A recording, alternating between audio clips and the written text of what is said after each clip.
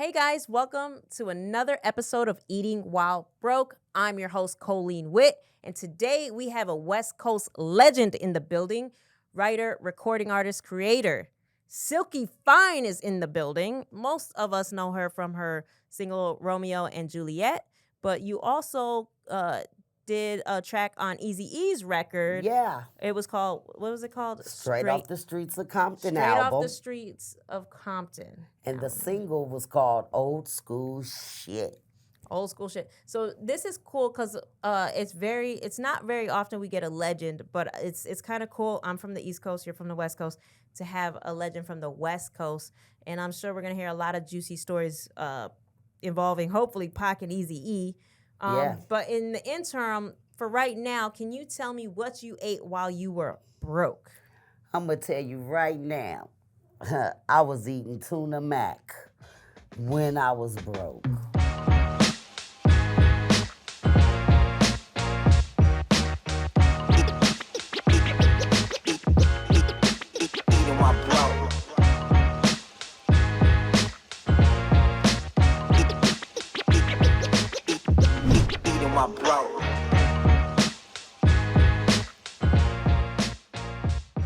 Tuna mac.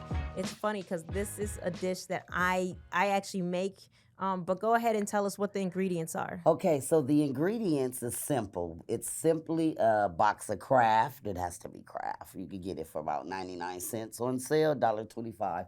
Kraft macaroni and cheese, your standard can of tunas. I like to use 2 cans of tuna, drained very well so that you can get your protein. Half a cup of milk, butter, and then throw some, has to be the real cheese, not the imitation cheese, but put a couple of sliced cheeses and you'll be set. Yeah, this is a dish. I've done it before. I've never was smart enough to add the Kraft single cheeses in it, but now I'm going to add that. And then just for our listeners, this dish is literally a couple bucks. I'm pretty sure it feeds two people full. Right. I would say, if you're a good heavy eater, this dish will make you, but definitely in today's market, this is like a $3 dish. So let's go ahead and have you cook for me. No problem. I'm honored to be here on Eating While Broke. Yeah. So I'm going to get started. We did preheat the water, so you may have to bring it back up to a boil. Yeah, so we're going to, because I've been watching. I was like, how can you cook? Somebody going to burn themselves up. Yeah. Such a mess. But anyway, we're going to start with the Kraft macaroni and cheese, which your water has to boil. Do not overboil the noodles because you may as well make a pot of top ramen or something. But yeah, this was definitely... I think you may have to bring it up a little bit. Is it Oh, boiling? it's Oh, bubbling. it's boiling. Oh, okay, It's good. bubbling. Good. You See, guys are on just so lit. you know, I have a track record of destroying everyone's dish on the show. I can't help it. I'm like the passenger that's telling you how to drive. Right. I need to stay in my lane. I'm really a fan of Eating While Broke, so I've watched some of the guests, and I'm like, you never cooked a thing in your life at home. You know who I think never cooked, believe it or not? I think it's Mario. Sorry, Mario. Right, well, the cake. Even cake though he for was me. the one that caught it was burning, but can you take me back to what was going on in the time of Tuna Mac?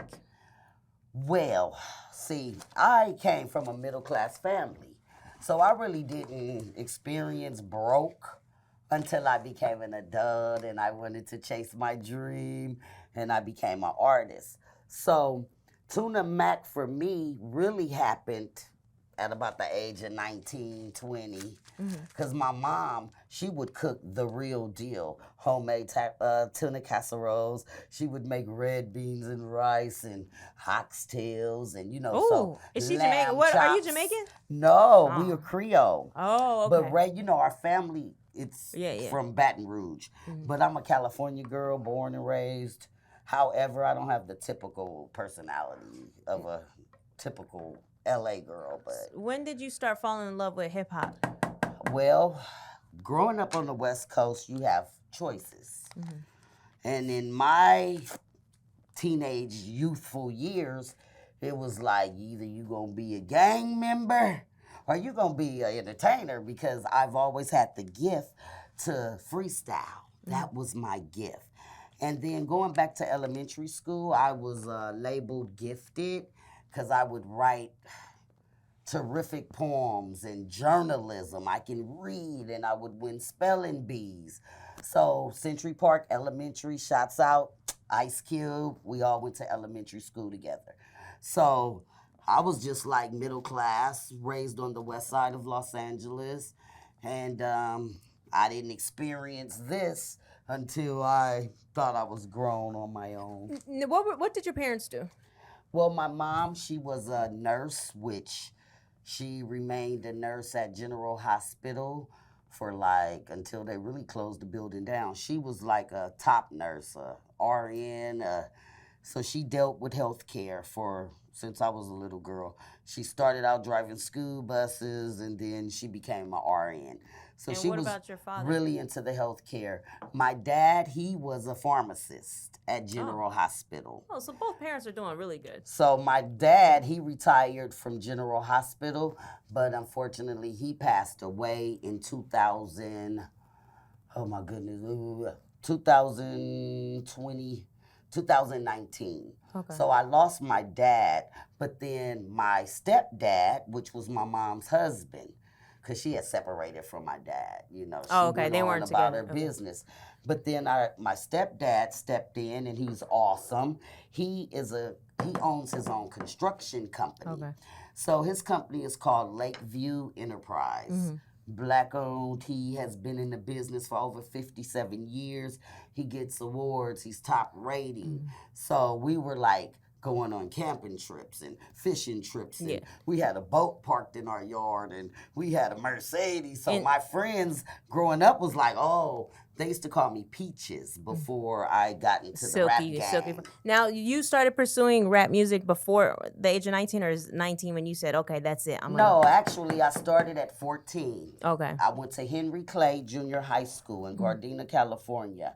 You got to be careful with electric stoves, because see, when I was broke, I had a gas stove and hoped that I paid the gas bill, but you know, it'll overcook your stuff. So Yeah, you have to be careful with electric stoves, but I'm gonna give it about another 2 minutes. I don't like mush. So anyway, definitely I went to Henry Clay Junior High School. Yeah, a couple of more minutes. So I actually, you know, in the yearbook they have a thing called Best Dressed, Cutest Couple. Well, I was a creator since I was born. So I started the thing called the Best Rapper. Oh, wow. So, and what year is this? This was 1997. Okay. My, I'm sorry, 97? Are you serious? Oh, Yeah. 1987. Yeah, I was going to say, what year did hip-hop come out originally? Because I know we're coming up on... 97 is when my record came out. We're coming up on the 50-year anniversary of hip-hop. So do you refresh my memory on what year hip-hop started? What year was that? 1980? I want to say 1980. I want to say 1980 because of yeah. my age. When I got familiar with hip-hop, it was definitely 1980. Yeah. But then it might even went back to 79 because it might have been the Africa Bambados and the people before Curtis Blow, but I don't know. It may be 75 because if you do the math, yeah. it's 2023. It would be 50. Right? It would be in the 70s. And then they did have Cheryl with the pearl ring, ding dong, ding da ding ding ding dong. That might have been 70, 78 or 79. So you strike out on your own. Your mom, is she in support of this pursuance of music? Not really. Not really. So what did she originally want you to do? She wanted me to be a lawyer. She wanted me to continue to be in school, but she also knows that my passion is writing. My passion is communicating. So then I always had a knack for that. And like I said, 9th grade, boom, I won the best rapper of the year, Kango hat on. And what did she say about all this? Was she embracing it? Yeah, was she supporting she embraced it, and she was a little shocked because she didn't have that type of background with music. Yeah. So never did she even like get involved with music. She listened to it, but my mom wasn't really a fan of music. Okay. She's like a movie person, Lifetime, based on the true story. So you're going rogue. Do you have siblings? Yes. From my mom, I have one brother, a little brother, and a little sister. I'm 13 years older than my little sister, and then I'm 21 years older than my little brother because my mother couldn't stop no. But and then from my dad, I have a big sister. She's 2 years older than me. So I have one sister with the same dad, and then I have a brother and sister with the same mom. Nice. Now, so take me back to 19-year-old you. You're pursuing music. What's going on? You don't have a record deal yet? No, I don't have a record deal. So I've got in the Best of the West rap contest. Ice-T was the judge. 1985. I was fresh in high school. So I was going out and getting in talent shows. And, you know, I got with a small independent label that was called Neighborhood Records, and nothing ever happened. I did perform with CeCe Penniston when I was like 18 years old at the Hollywood House of Blues. So, I mean, you know, I was like striving to do this thing called rap.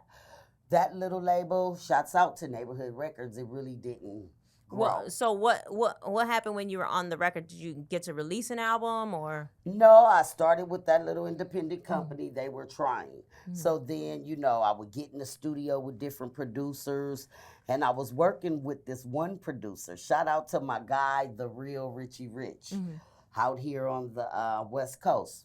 So once you guys drain your noodles, I'm going to give you a little instruction. It's pretty simple. Poor man's meal. So you let your noodles drain. So once I was working with Richie Rich up in this studio in Hollywood, and I'm like, Richie Rich, like, I'm thankful that you're getting me in the studio, but you just don't, you can't do anything. So What do you mean you can't do anything? you can't get me where I need to go. Okay. Like, we're just like in these beautiful studios, but you're not connected. Okay. But you're talented. Okay. So he did know a couple of people, and he was in good areas, but he just wasn't persistent. So one day we're at the studio. I'm the type that right on the spot, I lay my lyrics. In 1 hour, we have a whole song, ad-libs, everything. So he's in there mixing, and I'm like, looking at his phone for some reason. I grabbed his phone. So I'm like, Eazy-E. Now, I always told my grandmother, I'm going to get with Ruthless Records. That's the label for me. Okay. Like, I'm going to get with them. And I'm like, Grandma, I promise you, she lived closer to Compton. And were you guys all the same age group? No. Eazy was much older, you Oh. know. But, I mean, everybody only thought he was like a teenager. Yeah, 'cause he was looked so young, yeah. He looked so young, but he was like, yeah, like they're probably 60. He would have been 60 or so. I don't know. He would have been like 30 back then, right? Yeah, You like 30. yeah, Okay. back then. He was like, yeah, So grown. so you see this number in his phone. What do you do? So instantly, I see the phone number, and I'm like, Eazy-E. I'm like, I take the number down. Awesome. I get home. Smart move. I blow the number up. It actually was his assistant. Shouts out to Miss Shari Henry because she saved all the messages. And I'm like, you know, I done left 15 messages, and I guess I'm whack because I never heard from Eazy-E.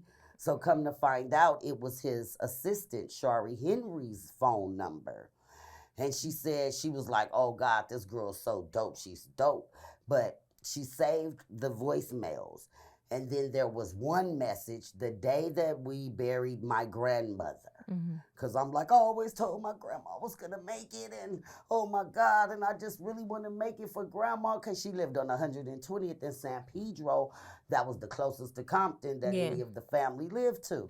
So as to say, don't worry, grandma, I'm going to meet Eazy. So anyway, I left several messages. So I wake up for my grandmother's funeral. I got that number before I left. Instead of me doing the lyrical miracle trying to show my skills, I went off. Fuck you, nigga, you ain't shit. I'm a gangster bitch, and you the type of nigga I ain't fucking with. I dissed him. That was the message that got me a record deal with Eazy-E. So Shari was like, y'all, you gotta hear this. She's dope. So boom. So you did a diss rap on his voicemail, and that's what caught his attention. Shout outs to you. Because I was trying to do all this lyrical, it didn't work. You were trying to be nice, and you were like, F it. We gonna really go toe-to-toe. We had a beautiful service for my grandmother. I get home from the funeral. I check my voicemails. I'll never forget. Yo, this is Eric. Yeah, you know Rhythm B. I'ma send Rhythm to come get you. text Rhythm D your address. And I'm like, oh, Grandma, I know you went to heaven. I was so excited. I said, thank you, Guardian Angel, Grandma. I'm going to make it, and we're still going to live right. And how old are you at this time? At this time, I was 17. You were only 17? I was 17. Wow. Okay. Yeah, I'm 48 now. Okay. So you were 17. Eazy-E returned your call. You're in high school. I finished. It was like summer. Okay. Got it. I'm going to junior college now. Okay. Now and I'm in you junior tell college. your mom what she's saying. She like, child. She like, girl, who is Eazy-E? Because, you know, we were West LA. Yeah. You better not be going to Compton. I'm like, Mama, he live in Norwalk. They're about to come get me. So I was at home. We lived off 110th and Western. So I was at home, and I was so excited. So once you drain your noodles, guys, you're going to put them back because, you know, Kraft, you don't need to rinse them. Mm-hmm. You're going to rinse off some flavor. So you put your noodles right back in there, guys.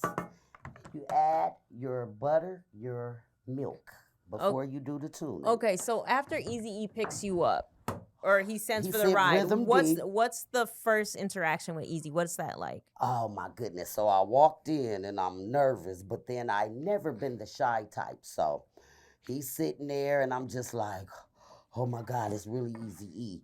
And then what I like, okay, so then boom. When I see him, I'm just like, he like, yeah, what's up? I'm like, shit. He said, yeah, you want to be with Ruthless? I said, yeah, hell yeah. I said, yeah. Hell yeah. Why you think I've been I said, thank you for calling me back. He was like, yeah, so you kicking that gangster shit. I said, I sure am. So he was like, let me hear you rap. So I'm like off the top of the head, so I'm more melodic. I never wanted to be the dopest and the best. So I just kicked the freestyle. He was like, yeah, when you signing?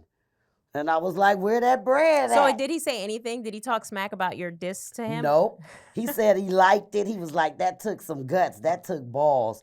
So I didn't know that he was forming a 4-girl group. Okay. Add your butter, let it mix. Being sloppy. By the way, I put the right amount of butter, so you can use all that butter if you need to. Right, because I'm a butter person. Me too. I can, girl. And then when I was poor, I was using margarine. When I was a little broke. I actually didn't know the difference between butter and fake butter until Eating While Broke. I think Niall Evans on the show was the one that taught me that there's a big difference. It is. Nothing like the butter. So you add your butter and your little bit of milk. Mm-hmm. You know what I mean? You add that all in there. And of course, you put that sliced cheese. Do I give it to you right now? Yeah. Okay. You add the sliced cheese while your noodles are hot. Okay, so I was just elated again. So he tells you, okay, you're gonna sign. What happens next? So then he explained to me that he was handpicking a 4-girl female group. He wanted us to be like the female NWA. So I went out. I auditioned. He said, hey, you got the part. He had another female, shouts out to T-Ski. She ended up moving up to Atlanta. So T-Ski was an original member, which she knew him before. Mm-hmm. And then another homegirl, we were all like raised in LA, so we kind of knew each other. Big Chan, which later went on to be in the Doggy's Angels. She was in our group. And then the homegirl Diamond that Corrupt always referenced, down with a nigga damn near before I was rhyming.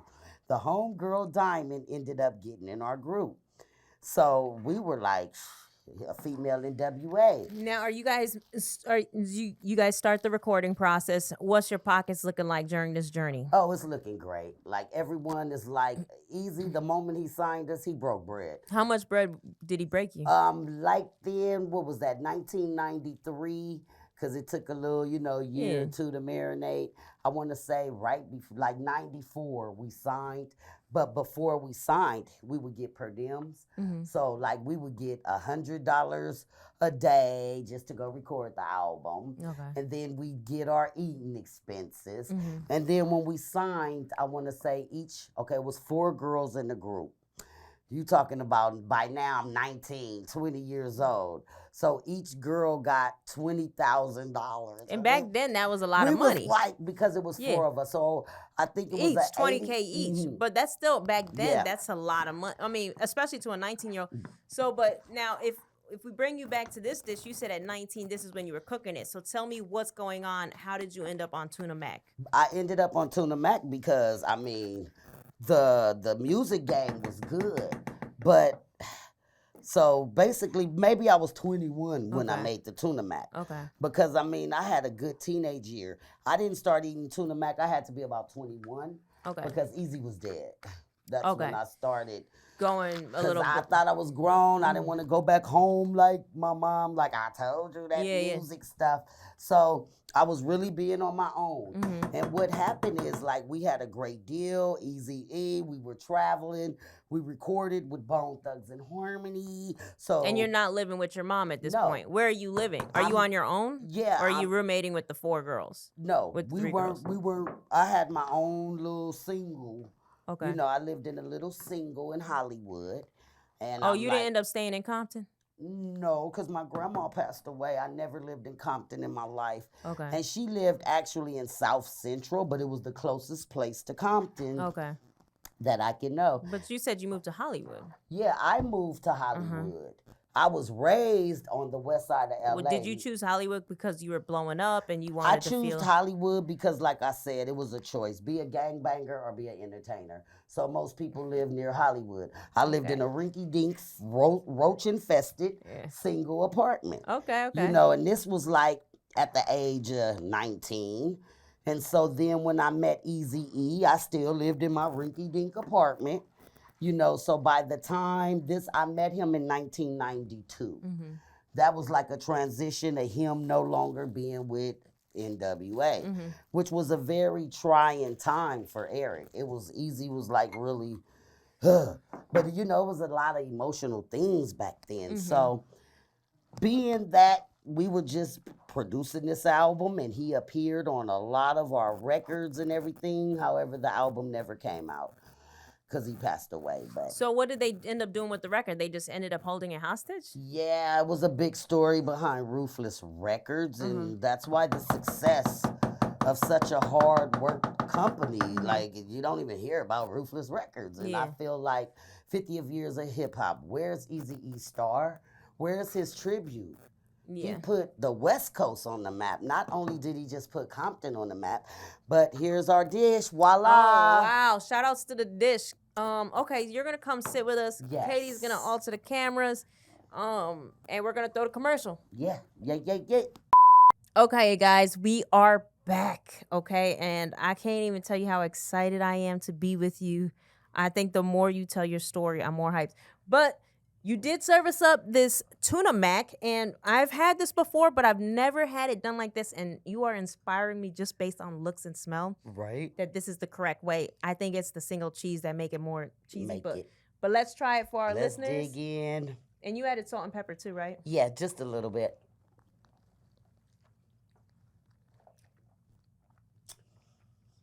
I'm gonna start eating this again. I ain't gonna lie, I'm gonna eat this later. It's awesome. I can't just toot my own horn. I'm Just trying like, to figure out if it's the Lawry's or the cheddar slices that are bringing out the flavors so well. I'm thinking it's the slices because I'm not a salty person because it'll ruin a meal. But Yo, this is the only way to eat Kraft mac and cheese for the rest of your life, y'all. I'm telling you. And the secret ingredient for this dish is definitely the Kraft cheese slices. So, and that's nothing, but yeah. It adds volume because you get your pack of cheese on sale and it goes a long way when you were single, living in a single. And people have used Velveeta cheese on the show, and I just have to say, Velveeta cheese has so much salt in it. If you're not used to eating bad quality food, switch to the Kraft mac slices. Yeah. That was brilliant. Okay, now back to the story. Okay, now we know and I always say this on the show: the broker the dish, the better the story. This has proven my theory again. So now that you've been signed, walk us closer to Eazy-E's passing. What's going on during that time? Okay, so life instantly changed. Once we received that money, I took that $20,000. I went and bought me a new Ford Festiva, no car note. Paid my rent up for a year. We're jamming. We're recording. Bone Thugs and Harmony come out here. So females, we were a little catty. We would argue. We couldn't get along, and just the girl thing. So Bone Thug came. They were starving. They was from Cleveland, so they were ready. So we got pushed back because Bone Thugs definitely came out here and got busy. And at the time, girl rappers, you know, it had to have been still kind of new. So versus like male rappers, I'm assuming were more acceptable. Yeah, and like we were literally like a first 4-girl group. And you guys were Period. doing gangster rap, right? Yeah, because we did have Salt and Pepper, Spinderella. You know, Okay, we yeah, yeah. admired Queen Latifah, Light. But you and guys are doing gangster rap. we You're were doing a little different. We were doing straight hardcore. Like we had a song called "Coming Out the Woodworks," and like we had "Shoot 'Em on a Sunday," and like we had like Four Deep. Is there a Like, way to look up this record? Yes, they're on YouTube. They're on YouTube, Uh-huh. and can people download it on like Spotify or anything? Yeah, we really didn't do a release Okay. because it was so old. When we received it, it was like on ADATs and Okay. big real tracks. Oh goodness, it was back in the early '90s. Okay, so where are you at when you get the call about Eazy? Where was I at when Eazy? Or when you found what was going on when you found out? Like, did you hear rumors first, or did you hear it directly from Okay, Ruthless? so the thing is, boom. So we're working on our album. Bones is out here. We're doing records with Bone Thugs. We're opening up. Eazy got us in Oakland. We're doing all the San Francisco, Oakland, all these West Coast shows, but we're traveling. So Eazy went to New York. I was the only group member that ended up pregnant with my only child. I have one son, 29 years old. How old So, were you? I was 22 when I got pregnant. Oh wow. Oh wow. So So- were you scared to tell him? And actually, he's my son's godfather. Okay. And he was really supportive because he had a gang of kids. But my group members, on the other hand, they were like, "You're going to mess up our career. Why are you doing this? You're pregnant." And I'm like, me and my baby daddy, we roll like Bonnie and Clyde, Okay. and I'm keeping my baby. Like, the first and only time that I got pregnant. So I'm very glad that I kept my child. Yeah. So Eazy embraced it. I got so many great memories. He embraced it. He was like, "That's my godson," because it was a big old deal. The girls wasn't talking So you to me. gave birth and everything, and Yeah. he was still alive. Yeah, he was still alive. Oh, I got so many great moments of how he just embraced me and my child and my baby daddy that I didn't end up staying with. But so Eric was in New York, and we were like, you know, he'd answer every call. We always talked. He loved our group. Our group was his female NWA, so there was no question or doubt that we weren't on. He's in New York. When we spoke to Eric, he was real excited. Like, he ran in the Cube. So we were in hopes that, like, oh my God, Ren is still here. Yella is here. If he get with Cube, you know Dre gonna come back. And Cube was a beast back then.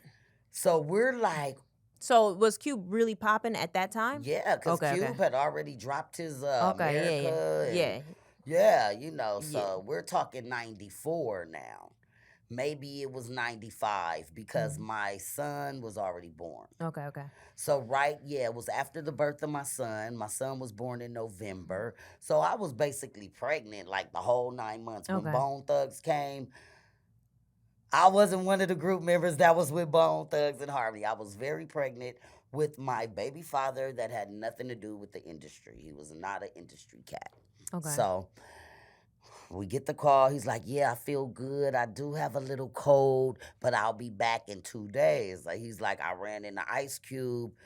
I'm gonna get him on y'all record." GBM's pumped up. We like, "Oh my But God." at the time he said he had a cold. Yeah. So it's something he started to realize something. He He's was always sick. had bronchitis. Like, Okay. like we would go to Jerry's Deli. Eric Eazy-E would never eat dairy foods. He would never do milkshakes. He would never. So we always knew, but it wasn't to where. But he was like, oh, within the second day of him being in New York, he like, "Oh, it's the weather change, because you know I just wore my car hard, but it's snowing." And so we were thinking like, "Oh, okay, he just caught a cold because of the change of weather." So then when he get back home, and I'm like, what was I doing? I was probably, because I moved out once I had my son, I had my money, I was with Ruthless. Back then, the city of Rialto was really nice. It wasn't a lot of people. So I moved out to Rialto, and I remember I'm with my son, and I'm like, I'm about to cook dinner, and one of the girls in the group was like, Eazy-E is in the hospital. Matter of fact, let me go back. Let me keep it solid. Let me tell the truth. Because when you're caught up in stories, there's so much. So, we had a friend, Hershana, that worked at the hospital. Mm-hmm. That's how we initially found out. She Okay. worked at Cedar Sinai, Mm-hmm. and she was like, "Oh my God, y'all! Guess who in here? Eazy-E, but he under an alias." So Okay. we found out. We start calling Big Ron, all the security, the Samoan twins. We're calling these guys like, "What's up? What's Yeah. up with Eric?" They like, "Oh, he'll be okay. He'll be okay." We rushed to the hospital.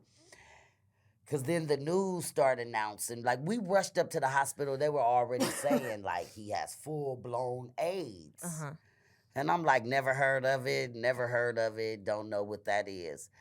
Oh, So at the time, nobody really knew what it was. nobody knew what it was Uh-huh. because we didn't know it was AIDS. When we got there, it was pneumonia. Okay. You know, so it ended up being full blown AIDS that we were like, how did that happen? Yeah. Like we never saw anybody deteriorate. So all the artists was there. Menage a Trois. It was 187 Above the Law. It was Bone Thug, GBM, HWA. I mean, like all the artists. So we're at the hospital. They're letting like group by group go in. And we walk in the room, and I'm like, oh, I don't even want. I walked out because Eric was as black as this.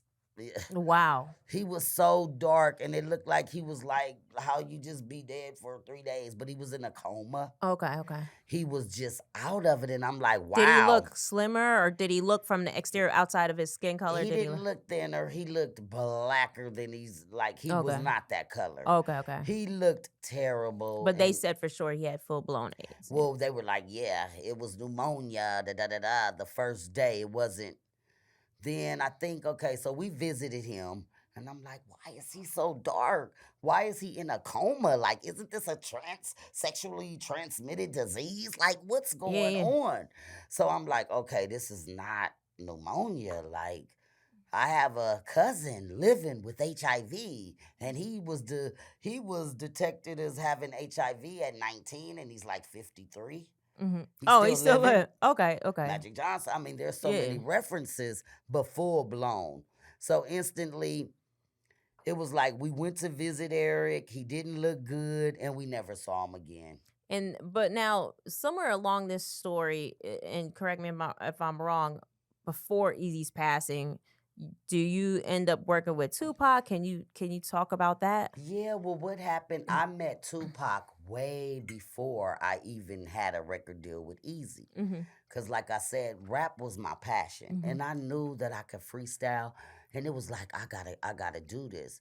But it was funny because when I met Pac, he didn't know that I knew how to rap. Tell me about that encounter.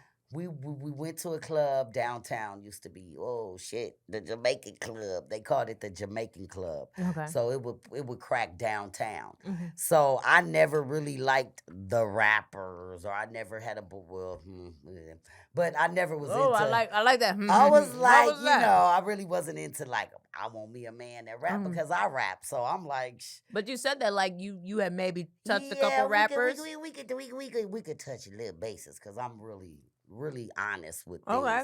So I meet Tupac and his boy Mouse Man. So I met him at the club and everything, and we was just partying in the club and vibing and just dancing, smoking weed. So Mouse Man and his brother Mo Preem, Mhm. they used to call them Mouse Man and the Wicked, Mhm. but it was Mo Preem. Mhm. And this was before, like, was it Brenda's Got a Baby? Yeah, it was during that time. Okay.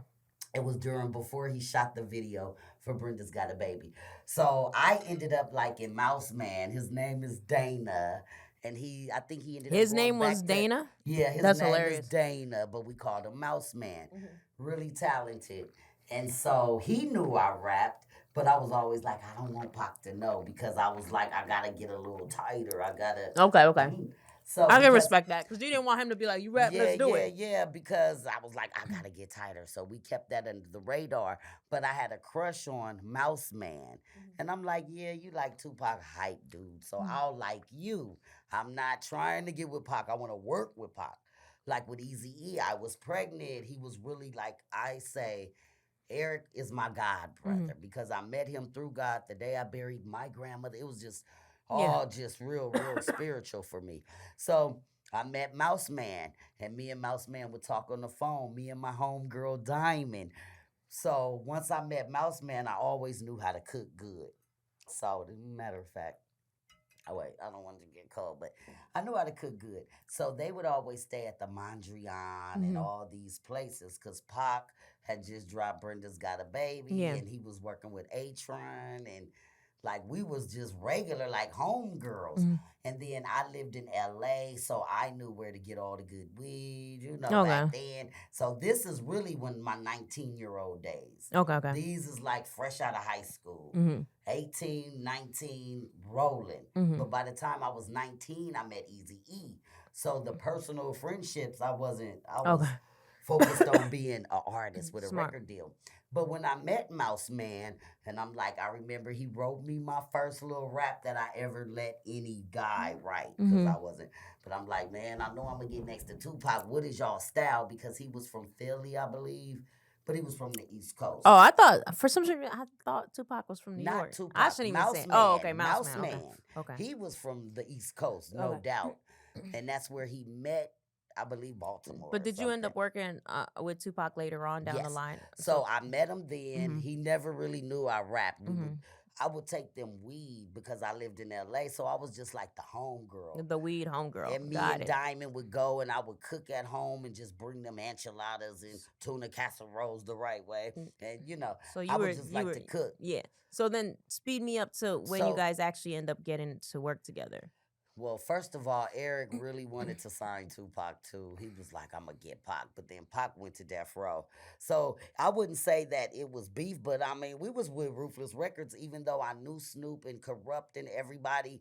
I wasn't going to hang with Death Row because I'm with Ruthless. Yeah, of course. So it was just like, okay. So he never, made that connection with Pac. So then after Pac died, after Eazy died, our good friend Shari, she's like a mentor, Shari Henry, which worked with Pac a lot. And Pac knew about us. He knew about GBM. Everybody knew about gangsta bitch mentality. First girl gangster group on the West Coast. So Shari was also like a manager and, she worked with a lot of different artists. So she's like, yo, Pac was asking, like, what's up with SYLK? I'm like, oh, yeah, they're in GBM. So he was like, have her come down to the studio. So me and my group went to the studio, and we met Pac. And we did a song, which was released, Last Motherfuckers Breathing. But when Tupac died, we got taken off the record. Oh, dang. So I have Can people find that record? Yeah, the original is on YouTube. Okay. So all my references are facts. Oh, no. I'm just saying, because I'm sure people are going to be like, let's look it up. Look it up, baby. But it's like I have so many emotional moments with this industry. Because I went through eating, and then I'm broke. I'm going to bring this closer to you. And then I'm eating. And then I'm hungry again. That's what I'm realizing. And then I was eating, and then I was hungry again. So my story is more like up, down, weighing, learning my spirituality, knowing that I am a woman of God. And I did intimidate a lot of people because when you're out to rip somebody off or you're out to use somebody, God-fearing people are going to stand the storm. We are going to survive. So I think what's so motivating and inspirational for me today, at 48 years old, I still tears up the microphone. I still will rap at the spare of a moment, a heartbeat, and my vocals are still strong. So I heard you. I don't know if you saw me, but first of all, there's a huge Jay-Z painting in my lobby. Yeah. I don't know. I brag about it all the time. I'm trying to speak Jay-Z into existence. Right. Come on to the show, Jay. But when you rapped, I lit up like a little kid on Christmas. I was like, oh, snap. So, and that was like 3 lines. Yeah. So then we went up. We did Still Breathing, which is called Last Motherfuckers Breathing. Season to season, enemies be my reason. I be the last motherfuckers breathing. So the session went like this. We walked in. He was like, get on the mic. Whoever ain't got their part, we going like this. That's one thing I learned from Pac. Be persistent. Do not overthink your lyrics, or you won't be on this record. Okay. It was like, so it was Gaddafi, it was all of the outlaws and my four girls. So you put 9 rappers on the record with Tupac. It was like, so soon as he did his part, I ran in there. Okay. I ran to the mic. My group members were still writing. They came at the end of the song. They started bumping some people off. And then when the final initial record came out, like half the outlaws and half of, Gaddafi, I believe, had got murdered too. So it was like half of them came off the record and half of us came off the record. Did you end up staying on that? Nope. Oh. None of the GBM members were on that. But we have the original version. Well, which means so much more to me. Heck yeah. So then, boom, we lose Eazy-E. Bam. I'm like, I don't want to rap no more. I'm like, ugh. So then Tupac, he was like, SYLK, you dope. He worked with Storm and he worked with me. So after Eazy-E died, our deal folded. Ruthless Records didn't do right by Eric at all. I don't know what happened to Ruthless Records, but it shouldn't have folded. You had the first girl gangster group coming out, which we were known. One of the members, shout out to Ice Girl Diamond. Diamond Ice Girl used to go with Tretch. Like, we used to really hang out, and we were Did you see the NWA movie? Yes, I did. I mean, the Straight Outta Compton movie? Yes.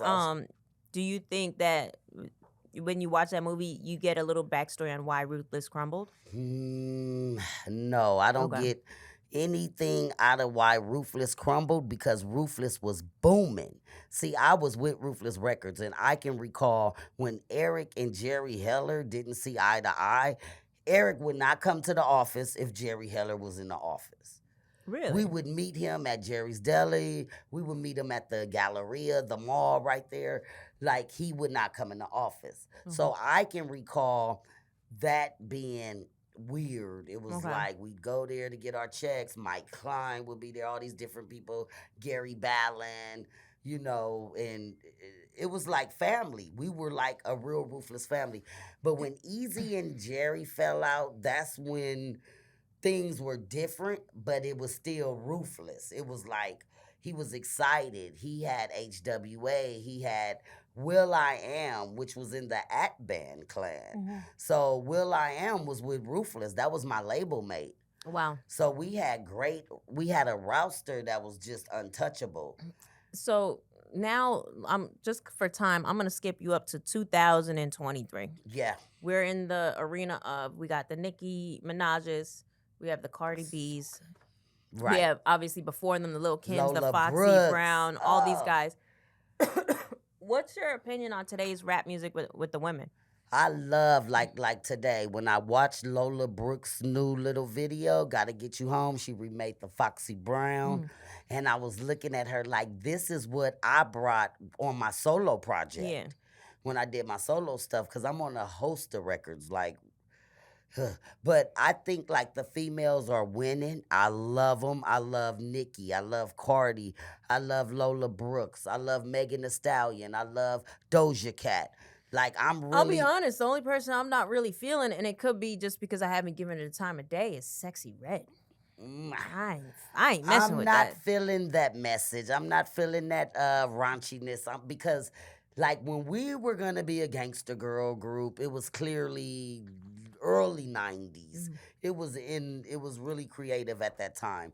But to me, there's too much promoting these little girls to be strippers when they grow up. You know, yeah. Our music had substance. Our music had a message. In the 90s, you were going to get a message out of something. And today, music is like, a lot of the female artists is not being great role models for our little girls who love to look up to rappers. Yeah, I agree. I think Nicki and Cardi, I give them a pass because a lot of their actual albums are really good and inspiring. Yeah. And they both fought a good fight. I don't put Cardi or Nicki in that category because they were always class. They were like a branch off of Lil Kim, Foxy Brown. You know, it was always class. But I do wish that the women rappers would move away from selling sex because I feel like now we as women, we're now it's becoming, it's sad to say, but men are now the prize and women, because we keep degrading ourselves to just sex, Now we are no Yes. longer the prize. No more. So it's so risky. That's why a lot of time I just say,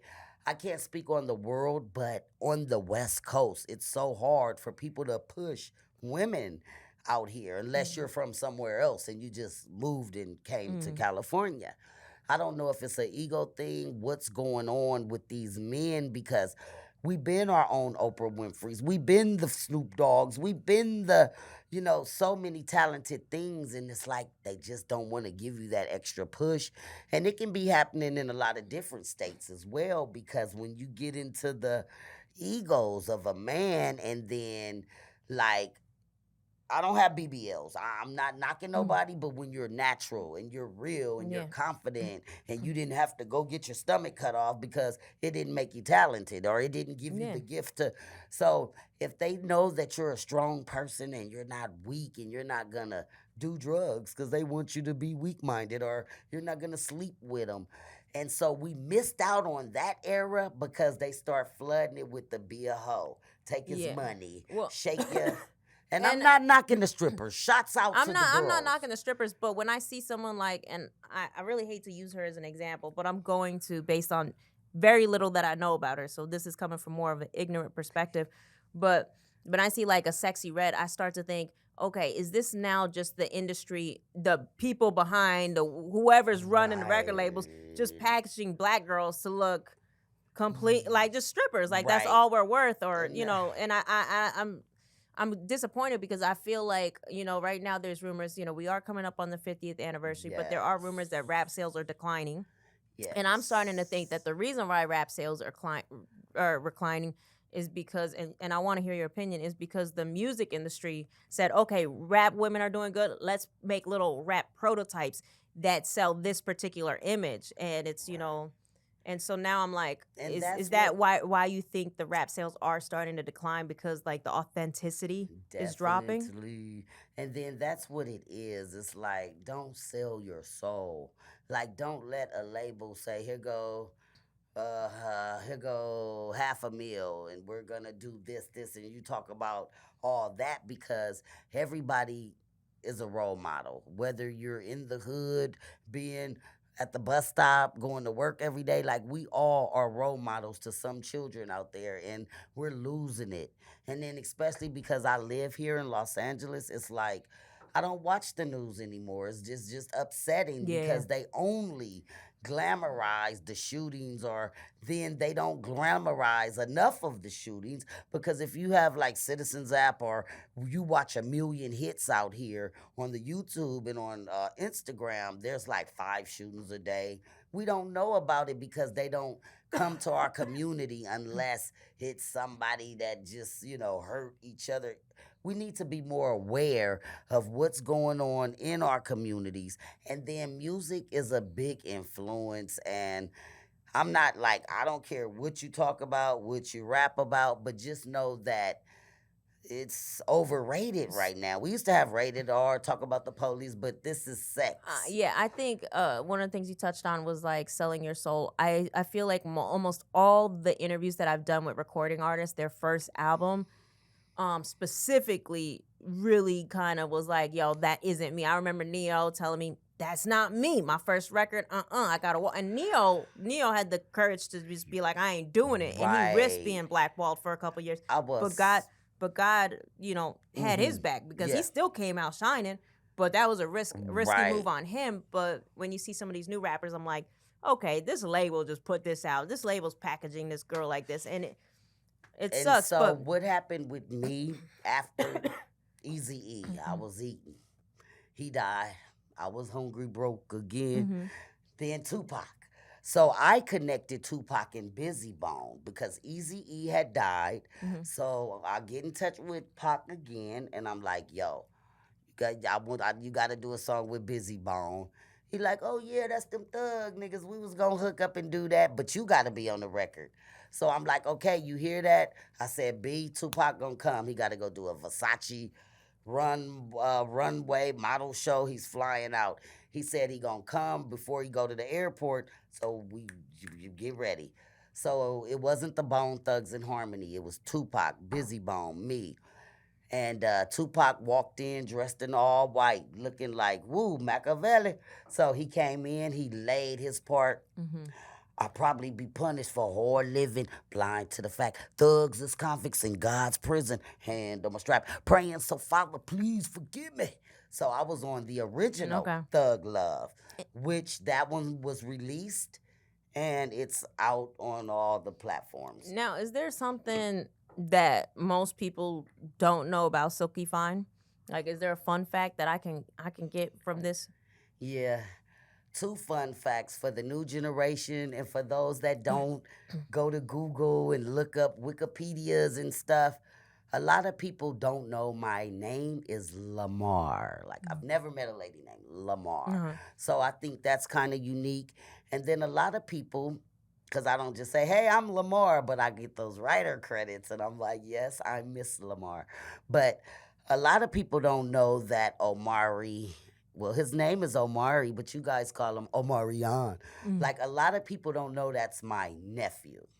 Omarion's your nephew. Now, everybody call me auntie. I am the West Coast favorite auntie. But biologically, like, a lot of people don't know. has Omarion and you ever talked about collaborating? We were like this close to collaborating, I want to say about 5 years ago. Because, you know, I made it before my nephew Yeah, did. of course. And I remember, you know, my sister, I was an auntie at 13. She had him when she was 15. So, like, when I made it, I could recall, I have some touching stuff, too. Because when I made it, I could recall getting my sister on payroll because she was doing the hairstyling. Okay. She was working the video She could do shoots. braids? She can do braids. My sister was a bad. She did my little hair pieces. Like, she can weave, she can braid. So, you know me, I'm the little sis. My sister has 4 kids. Da-da-da-da-da. I'm like, yo, I'm going to get you on payroll. You're going to be a Nice. stylist. So I did that for my sister. And then this was with my first solo record deal where I wrote the hit record Romeo and Juliet. So it was my first album under RCA Records, which was entitled Raw Silk. And then the funny thing about this album is that I never signed a contract. So what does that mean? I never signed a contract. So does that mean you own all of it? So what happened is I got with Michael Concepcion. Hey, Mike. So yeah, you know, I'm young. I didn't want to rap anymore. I'm like, fuck that. Eazy-E is dead. Tupac is dead. They believed in me. They didn't try to sexual harass me. It was like my brother sent by God. So I was really discouraged. So I went in as a writer for this grand jury entertainment, which was a well-known man in a wheelchair, Michael Concepcion. So I'm like, I don't want to be an artist, but I'm a hell of a writer. So they gave me the track, and some girl, Ain't Misbehave, was rapping on it. But RCA wasn't buying the record. They were like, oh, God, it's really corny. So the hook was already there. Shouts out to McKinley Ave. That was Black Chill. So I get the track, and it's like Romeo with Juliet, hot sex. So I'm like, oh, this is so I wrote the record. I'm telling him I don't want to be with grand jury. I know you're like Big Uncle Mike. So I wrote the record. I did the dummy vocals since the first time I saw you. So they gave it to the artist Ain't Misbehave. So she went in to do the lyrics and it just didn't. So they end up releasing it under your name. Pan out. But what did the money look like after that? Okay, so boom. I just wanted to be a writer. Yeah. They sent the girl in the studio to do it. She couldn't match it. She couldn't do it, so they used you. They used my dummy vocals and they sent it to RCA. Okay. RCA's like, oh my God, her voice is so authentic. We want to meet her. They flew me to New York. I went in the RCA office, New York. They were like, yeah, we can see it now. We want to do your SYLK-E FYNE album and, you know, blah, blah, this and that. So I'm kind of excited, and I'm like, okay. So we get back to Cali. Mind you, I never get a contract. Why? Because the production company signed a deal with RCA. Okay. So me as an artist, I never signed any contract. However, they do the meeting with RCA. We come back to California. They give me a check for $150,000. 1997. And you didn't ask any questions. Nah, I was like, they was like, this is your, bonus money. This is what we give you up front, da da da da. Okay. And I'm still questioning, like, I never signed any Yeah. paperwork, so okay, cool. So I did this album, Raw Silk. Romeo and Juliet turned out to be a #1 record. Yes. I was working with Madeline Smith, which I worked with her from. She was a publisher administrator. So I was working with Madeline Smith, which was the wife of Donovan Smith, which was the engineer of Eazy-E. So I received all my royalties and all my money off the Straight Off the Street of Compton album.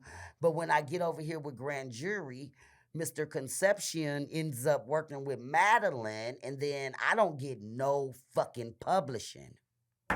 So you didn't get publishing on that record? I didn't get on the hit fucking record publishing. I don't know. I contacted an entertainment attorney right away. Man, I didn't get no fucking publishing. And this is how Kraft Tuna Mac and Cheese it comes about. Yeah. So we're gonna have to do a finished episode. No, man. But So real quick. So I got that $150,000 up front. Yeah, I went and bought me a Mercedes. I paid my rent up for a year. I'm like, this is the beginning. I'm steadily asking about the paperwork. Like, how does it go? Oh, we're going to get the contract to you. Well, 6 months go by. No contract. My record hits #6. Are these people that you're talking to white? I'm just curious. No. They're black. Michael Concepcion is supposed to be one of the guys who was the founder of the Crips, along with Tookie Williams. He did We're All in the Same Gang, which was a nonprofit album, a compilation where none of the artists got paid, So that sort of thing. So I clearly wanted to get paid for being a writer and get all my publishing. So then 1999, after the record sells and it's #1, and at the time, Rome was my label mate. Every time I see your face, it makes me, I love that record. Like, Rome was a excellent artist. So you have Silky Fine, you have Rome, top charting, billboards. But you're not getting publishing. No publishing. Is it the end of the story where you get the publishing? So then, like, we're dealing with 1998. So I'm like, okay, my record, I went to New York because I got the Writer of the Year award. So now we're in 1999. And you're still not getting publishing. And I got the writer. It's hanging up in my room till this day. My Eazy-E plaques, all my work. So I get the Writer of the Year award to Lamar Silky Fine Johnson. So I'm like, all of a sudden, that guy had got another artist named Lamar, which was a boy. So I'm like, okay, did he like give the publishing to that Lamar? Yeah. It wouldn't add up. So he was like a very, people were afraid of him. So, well, you said he was the founder of the Crips. Yeah. I would have been afraid of him too. But he was in a wheelchair. So I'm like, I'm not afraid of him. Yeah, but he had connections. Exactly. Yeah, I get what you're saying. So boom. So I'm like, all of a sudden, the production company folds. There's no more Grand Jury Entertainment. He goes to Mycon Music. He switches the company name. I'm going off on ASCAP. Like, I've been a writer with you guys for so many years. How do I have an ASCAP Writer of the Year? I'm registered Lorraine Lyrics under publishing. I'm telling you, this is my voice. This is written by Lamar Johnson. And what are they saying? Oh, well, yeah. They never gave me a penny. So for all y'all entertainment attorneys, please reach out to Silky Fines. Reach out to Eating While Broke. Because there's gotta be a way you can recoup that. That's why I say you women don't know what it is to be up and down and hungry and broke and eating and broke and eating and broke and eating. So my worth, I am a millionaire, just to let you know. My net worth, they keep up with my net worth. So 20 years go by. I'm begging. They're lucky that I didn't become a drug addict. They're lucky that I didn't go crazy. Like the humiliation, but I am so strong. No lady could have their picture all over the billboards in the bus stop, #1 on the Billboard, and about 2 years later, you back at the bus stop. So and that's 20 years later. 20 years later. I mean, yeah, thank goodness I always went to school. So I didn't go far, but I was almost to my bachelor's. But I learned that when you study, they start doing things online. You could just research, get your own information. So I did receive my AA in journalism, and if I go take a couple of courses, I'll have my BA in broadcasting. But you never got the money. But I didn't. So I didn't get the physical money. So after 20 years, I'm like, now somebody gonna do something. Yeah. So I wrote ASCAP a letter. I said, you know what, an email. I'm about to sue you guys. I've been a member of you guys. I have approved Writer of the Year. You gave this man my credit because he claimed it ASCAP Publishing under Mike's Rap.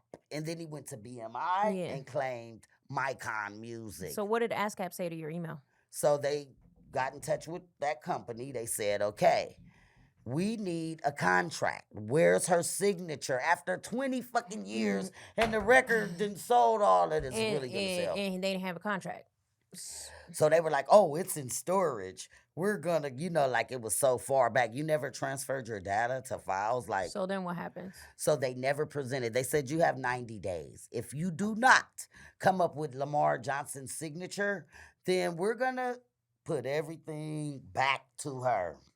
Oh, everything back to her. Oh, because I was gonna say if it was me, I'd start drafting up my own fake contract. In 2000, no, they couldn't prove any signature. I'm just saying I would have tried. You tell me about heartbreak 20 years. I had to go back to work. So but they said it will go to you if they can't find the proof. Finally, in 2019, they gave me back all my publishing.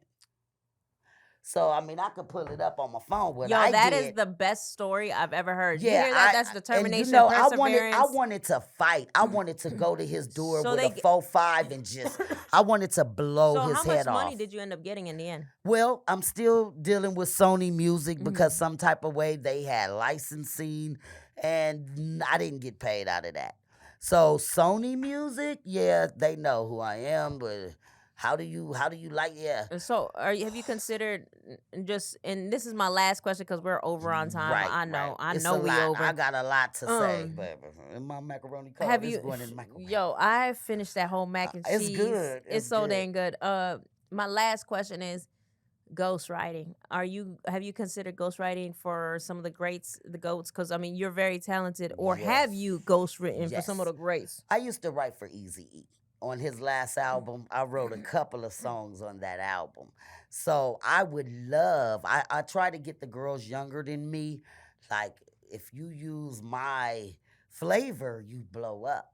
So then, like, I don't know. I start saying there's no age limit, there's no time limit on greatness. No. So if Aretha Franklin want to come out after 50 years and do her a new song, she's going to do it. If Patti LaBelle, she's going to do it. Same with you. So I'm like the Aretha Franklin of rap. So what I did was a Taylor Swift. Once they start giving me all my publishing, I re-released Romeo and Juliet. And I want to thank all the youth, the younger people, the audience, because I re-released the same record.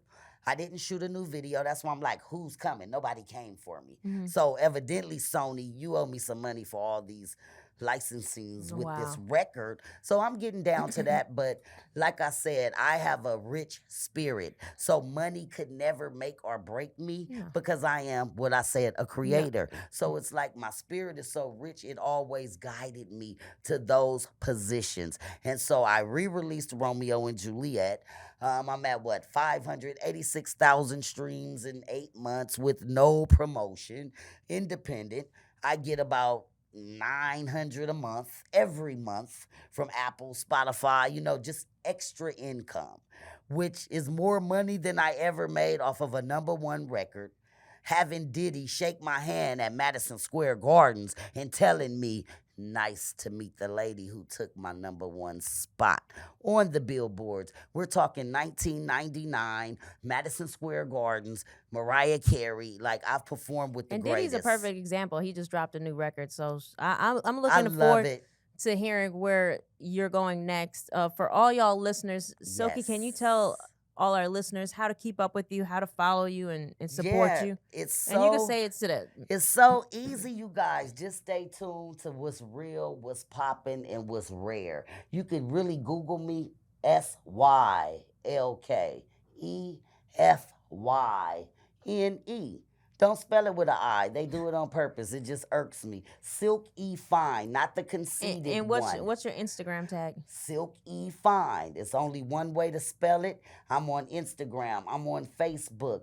I'm on Twitter. And that's wise, no eyes. That's wise, no eyes, because I am not conceited. And then can you, just for the fun of it, I mean, I have to try this just because I love hip hop. Right. Can you close out with like a 20-second Okay. rap? Close out a 20-second rap for eating while broke in this whole situation. Hey, live with my girl Colleen, and I was eating while broke. Don't trip, West Coast, don't break your throat. I gotta hit 'em with a high note. Yeah, 'cause you know it's murder they wrote. I'm trying to figure out what happened to my boys, Pac and Eazy. You know I'm still making noise. I don't care what they say. I am creativity. I'ma do it born and raised in LA. And I'ma keep eating. And I might stay broke. But my spirit is rich, baby. I'm the utmost. But I'm really rich and I'm not materialistic. I kick it with Tuna Mac. Get it? Hey! Peace out, y'all. Thanks for listening and tuning in.